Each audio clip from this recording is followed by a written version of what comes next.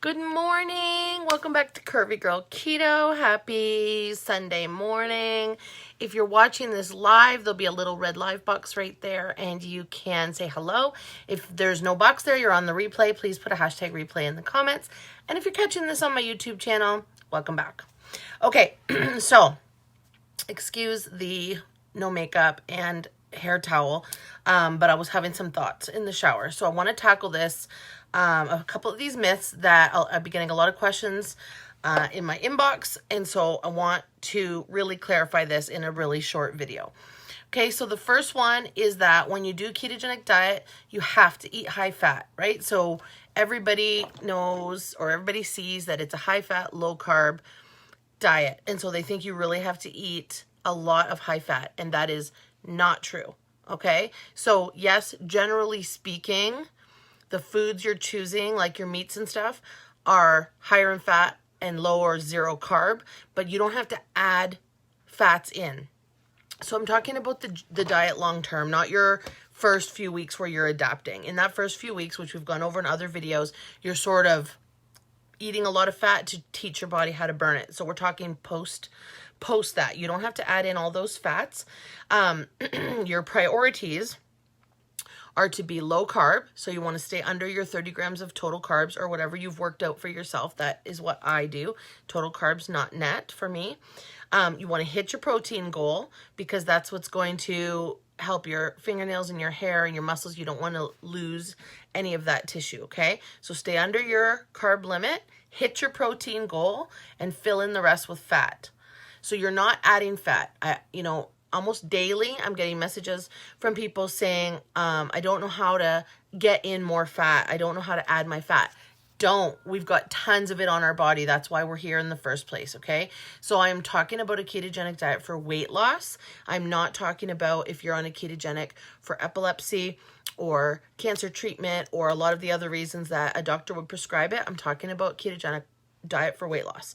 So you do not have to add that fat in. You need to eat fat to satiety to make sure that you're full. That's what fills you up. So you're cooking with it and things like that, but you don't have to hit that goal. Okay? So keep under your carb limit. So under your limit, hit your protein goal and fill in the rest with fat. It's not a goal. Okay? 2, second myth. Calories don't matter. That's the myth. They do matter. There's a lot of us on here that are confused about that, thinking as long as you eat the right foods that you can eat as much as you want. So as long as you're eating keto foods, the calories don't matter, but they do. Seco, calories in, calories out, it's totally a thing. Again, the ketogenic diet is used for lots of things other than weight loss. Weight loss is really a benefit of it. So there are children and people who are very thin that don't need to lose weight, and so their calories are higher, so they might be on 2,000 or 2,500 calorie ketogenic diet. They're not losing weight on it. Okay, if you want to lose weight, you still need to be in your deficit by about 20%, and so depending on your starting weight, you can really use any calculator for that, but depending on your weight and your height and all that stuff, you might range from like 1,200 calories to 2,000 calories at your deficit. And so within that, let's call it 1,500 calories just for simplicity. Within that 1,500, you're keeping under your carbs, you're hitting your protein goal, which might be 1,000 calories, and you're filling in the other 500 calories with fat. So that might be the oil you cook with, that might be cheese, that might be avocado. You're filling that in, okay? Does that make sense? I hope. And everybody's keto is going to be a bit different, right? So our bodies act differently. For example, I do not tolerate cheese well. That's what these pimples are about. I break out and I get constipated when I eat too much cheese. So TMI, but that's true for me. But there's people who on the ketogenic diet that cheese is their savior. That is, what gets them through, but it is hard on my digestive system. So I have to really limit that for me.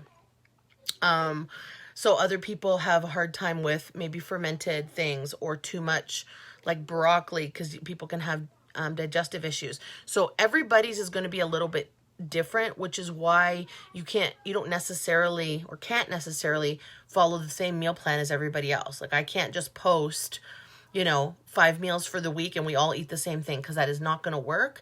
We all have different tolerances and intolerances. Okay, so those are the things I want you to remember for today and going forward, that your calories matter and you don't have to aim for your fats. If you do that, you will see a steady loss. Okay, please continue to ask your questions. I will continue to answer them in video form or in the group. I'm finding a lot of success. A lot of you are having success quickly, and that's amazing. So keep it up. I'm having a good time, and we're all getting to our goals and being healthier. Okay, I will talk to you guys soon. Love you. Bye.